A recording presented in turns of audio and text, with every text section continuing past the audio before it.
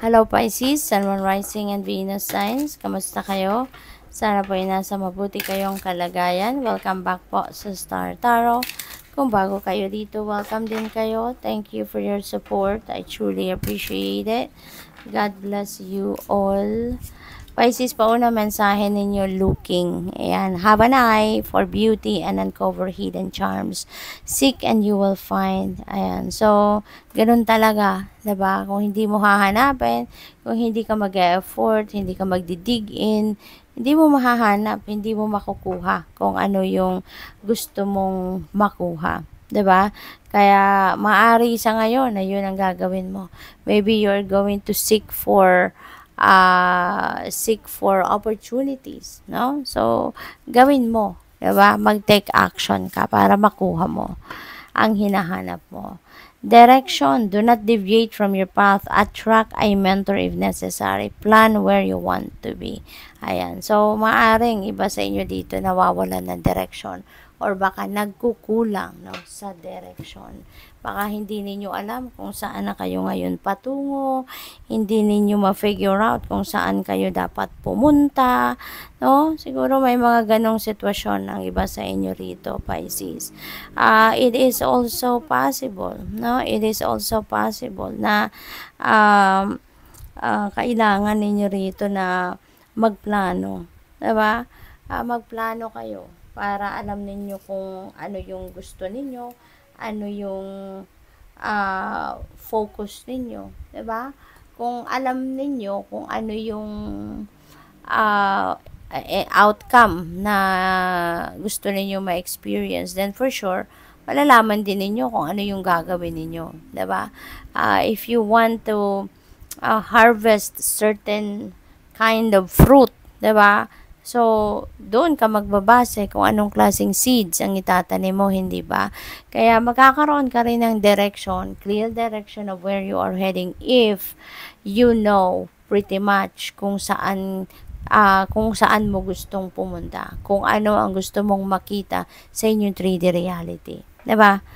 Or maybe, yan, maghanap kayo ng mentor, ng life coach, nang makakatulong sa iyo, makapag-advise sa iyo, yung ganon. We have fertility. It's time to think about family life and children. Okay? Don't sacrifice family for career. Alright? So, it's time to think about family life. Baka ang iba sa inyo hanggang ngayon, baka nag-matured na't lahat pero hindi na nakapag-asawa. Kasi, baka nakalimutan nyo na, no? Naisipin naman ang pagpapamilya, pag-aasawa. Kasi maaaring prioritize ninyo yung inyong pamilya, yung mga magulang mo, yung mga kapatid mo, maybe financially, 'di ba? Baka financially kayo yung nagpo-provide para sa mga mahal ninyo sa buhay, kaya ang focus ninyo lang trabaho, karera, negosyo, tapos nakalimutan nyo na, no, na mag-asawa, nakalimutan nyo na yung pamilya, 'di ba?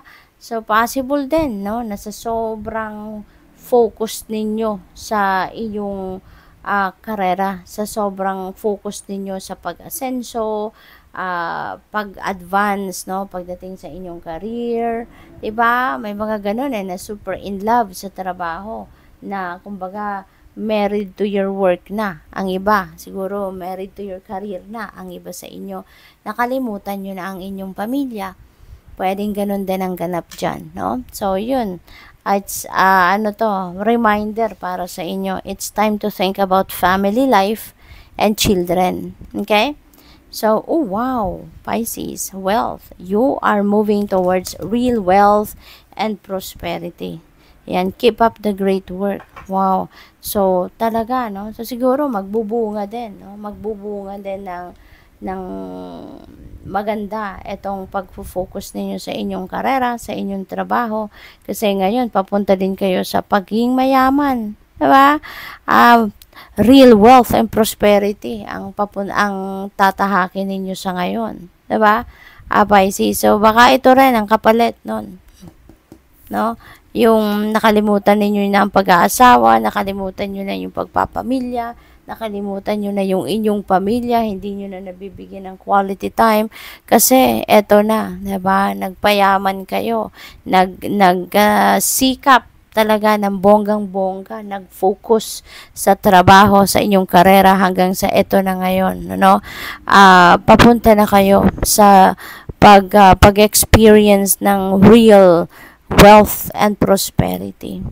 Perfect fit, finding the right path, the fit with the soul, the ideal job. You're meant to be here. Wow. So, ang iba din sa inyo, no, baka nahanap nyo na kung ano yung career or trabaho na para sa'yo. No? So, siguro, masayang-masaya na kayo sa ngayon, diba? Kasi, eto na, nandito na kayo sa trabaho na masaya kayo. Nandito na kayo sa trabaho na para sa'yo. Kumbaga, ito na yung ano ninyo. Kumbaga, ito na yung masasabi nating ito na yung masasabi nating ano ninyo, purpose, no? Nandoon na kayo sa puntong nahanap nyo na kung ano yung trabaho na talagang in line sa inyong purpose, no? In alignment sa inyong purpose. Kaya masaya na kayo sa kung ano man ang inyong ginagawa. So tingnan natin kung ano pa ang mga mensahe para sa iyo, Pisces. We have two of swords. Ayan. So, most likely, no, ang iba sa inyo, Pisces, merong desisyon na kailangan gawin, no? Nasa tapat niya si direction. So, maybe, may kalituhan muna sa ngayon na nangyayari sa inyo. Maybe you are choosing which path you are heading. Maybe you are thinking of kung saan kayo papunta, saan kayo patungo. Maybe you are thinking, ano kaya ang gusto ko? Ano talaga ang uunahin ko? Ano yung ipaprioritize ko? No?